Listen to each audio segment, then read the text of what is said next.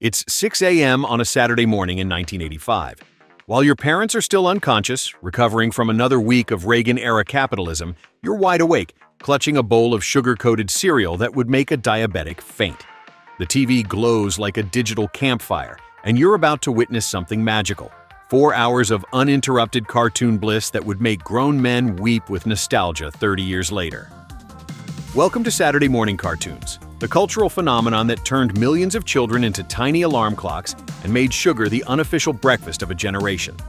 This is the story of how corporate executives accidentally created childhood's most sacred ritual, and then methodically destroyed it with all the efficiency of a demolition crew. It's a tale of creativity and commerce, of sugar highs and regulatory battles, of a time when children across America shared the same glorious 4-hour window of animated nirvana. Spoiler alert, it doesn't end well. To understand the majesty of Saturday morning cartoons, we need to travel back to the 1960s, when television executives made a shocking discovery. Children wake up early on weekends, and they'll watch literally anything you put in front of them. This revelation would prove more profitable than oil and twice as addictive as cigarettes. Before this golden age, Saturday mornings were a wasteland of test patterns and farm reports.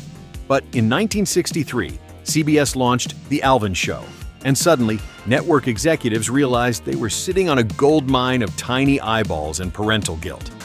The logic was beautifully simple.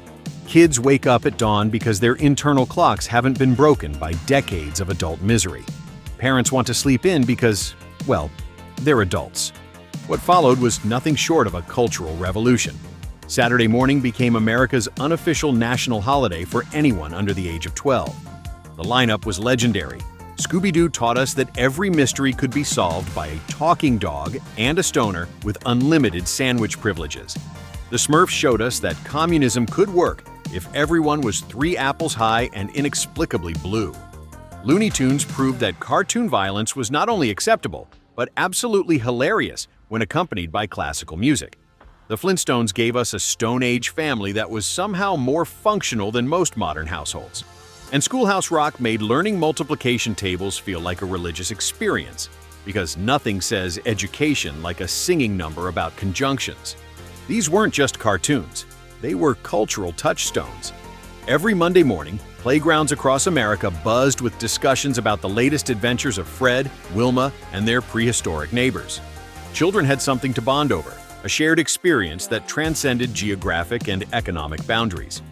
For the first time in human history, an entire generation was synchronized around the same 4-hour block of entertainment. It was beautiful, it was innocent, and it was making television networks absolutely filthy rich. By the 1980s, Saturday morning cartoons had evolved into a finely tuned machine of childhood manipulation. Networks realized they could create shows specifically designed to sell toys, a business model so brilliantly cynical it deserved its own Nobel Prize in capitalism. Enter the era of the toy commercial disguised as entertainment. Transformers taught children that robots were cool and also available at Toys R Us for $19.99. G.I. Joe proved that militaristic action figures could promote both patriotism and consumerism simultaneously. And He-Man showed us that with great power comes great merchandising opportunities. The Teenage Mutant Ninja Turtles proved that reptiles could be both martial artists and pizza enthusiasts. And who could forget the epic battles between good and evil in shows like Thundercats, where the moral of the story was always buy more action figures. The 1990s brought us even more variety.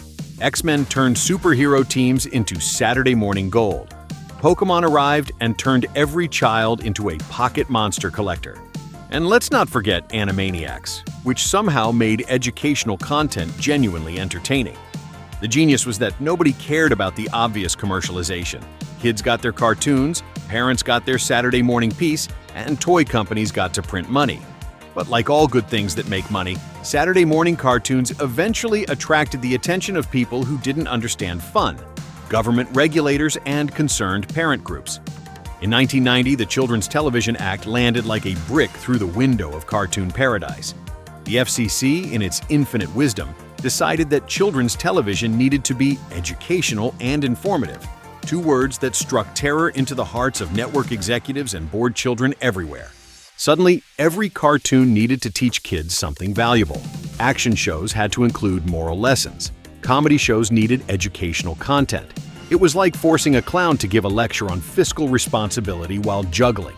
Technically possible, but it missed the entire point. The golden age began to tarnish. Shows became preachy, formulaic, and about as fun as a root canal performed by a kindergarten teacher. Children started to sense that their Saturday morning sanctuary was being invaded by adults who thought entertainment should be educational and education should be entertaining, two concepts that, when combined, usually result in neither. Just as Saturday morning cartoons were struggling with new regulations, a new threat emerged from the cable television revolution: 24-hour cartoon channels that didn't understand the concept of appointment television. Cartoon Network launched in 1992 with a radical proposition. What if children could watch cartoons whenever they wanted? It was like telling a generation of kids that Christmas could happen every day. Nickelodeon followed suit, offering cartoons around the clock with the enthusiasm of a dealer who'd found a new street corner. Suddenly, Saturday morning wasn't special anymore. Why wake up at 6 a.m. when you could watch cartoons at 3 p.m., or 9 p.m., or 2 a.m. if you were feeling particularly rebellious? The sacred ritual began to crumble as children discovered they no longer needed to organize their lives around network television schedules. The communal experience was fracturing, and nobody seemed to notice until it was too late. If cable television was the beginning of the end, then streaming services were the funeral directors. Netflix, Disney Plus, and their digital siblings arrived with the promise of unlimited entertainment on demand, a concept that would have seemed like science fiction to children of the 1980s. Suddenly, every cartoon ever made was available instantly, at any time, on any device. Children could watch Scooby-Doo episodes on their phones while hiding under their desks at school. They could binge-watch entire seasons of shows that previous generations had to wait months to see completely. The ritual was dead, and in its place was something that was arguably better but undeniably lonelier: unlimited access to everything, with no shared experience to bind it together. Modern children don't understand the concept of appointment television. They don't know the feeling of waiting a week for the next episode of their favorite show. They've never experienced the communal excitement of an entire generation waking up at the same time to watch the same thing. They have access to more entertainment than any generation in human history, but they'll never know the simple joy of Saturday morning cartoons. Today, Saturday morning cartoon blocks are essentially extinct. The major networks have surrendered the time slot to educational programming, news shows, and infomercials, content that would have been considered cruel and unusual punishment in the 1980s. Children still wake up early on weekends, but instead of gathering around a television for a shared cultural experience, they scatter to their individual devices, each watching something different, alone. The death of Saturday morning cartoons represents something larger than just a change in television programming. It marks the end of shared childhood experiences, the dissolution of cultural synchronization, and the triumph of convenience over community. We gained infinite choice and lost the magic of anticipation. We got everything we wanted and discovered that having everything isn't the same as having something special. Modern children have access to better animation, more diverse characters, and educational content that actually teaches them something useful. But they'll never have the shared cultural experience that comes from everyone watching the same thing at the same time. They have everything, but they'll never have Saturday morning cartoons.